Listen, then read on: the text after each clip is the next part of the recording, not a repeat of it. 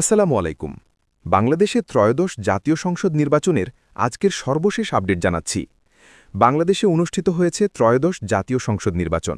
প্রাথমিক ফলাফলে দেখা যাচ্ছে বাংলাদেশ জাতীয়তাবাদী দল ও তাদের জোট প্রার্থীরা অধিকাংশ আসনে এগিয়ে রয়েছে। অন্যদিকে জামায়াতে ইসলামী বাংলাদেশ সহ অন্যান্য দলও বিভিন্ন আসনে প্রতিদ্বন্দ্বিতা করেছে। বাংলাদেশ ন্যাশনালিস্ট পার্টি বিএনপি ও তাদের জোট প্রার্থীরা মোট বৃহত্তর সংখ্যক আসনই জিতেছে বলে নির্বাচনী ফলাফলে দেখা যাচ্ছে। প্রায় ২১২টি আসন তারা পেয়েছে। জামায়াত সহ তাদের জোট অংশীদাররা প্রায় ৭৭টি আসন পেয়েছে।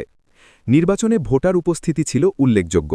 নির্বাচন কমিশন বাংলাদেশ জানিয়েছে সারা দেশে শান্তিপূর্ণভাবে ভোটগ্রহণ সম্পন্ন হয়েছে এবং ধাপে ধাপে চূড়ান্ত ফলাফল প্রকাশ করা হবে।